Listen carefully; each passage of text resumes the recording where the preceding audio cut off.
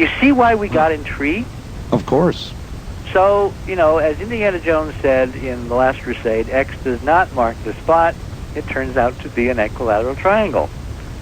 So we began pulling out of the files, or trying to pull out of the files through various sources and contacts, mission photography from the U.S. space program going back 30-plus years around this site, smack dab in the center of the moon. And there are 3 sets of missions that obviously we wanted to look at. Right. How do you go about that, by the way? I mean, do you call up NASA and say, look, I'd like... No.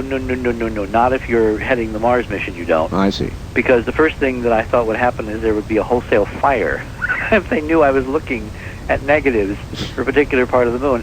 I don't want to sound a little paranoid, but, with the weirdness that has been documented by McDaniel and others now over the Mars data, I wanted to play this real cool. So the advantage of having a membership organization is you can have John Q. Public write very nice letters to the National Archives, which NASA has set up, and they can order photographs and negatives and things, and they never know that it is going to the research until it is too late. So you basically were hoping they were hiding this in plain sight.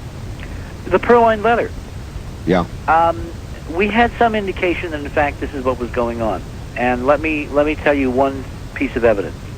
I was able to get hold of a catalog from the Apollo 10 missions, published in 1971. Apollo 10 was the precursor to the lunar landing. It literally was a year ago, 25 years ago, a couple weeks ago. Right. May 25th, 1969 was the successful orbiting of Apollo 10.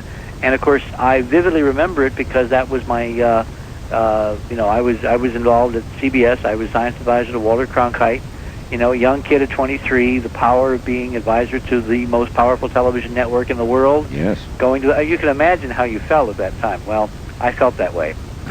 So I remember vividly where I was, what I was doing, and what we were all doing during this mission. Little did I imagine, Art, that a quarter of a century later, I'd be looking at photographs acquired by that mission and finding stunning stuff that A, proves that there's somebody else out there, and B, that our government has not leveled with us for a quarter of a century.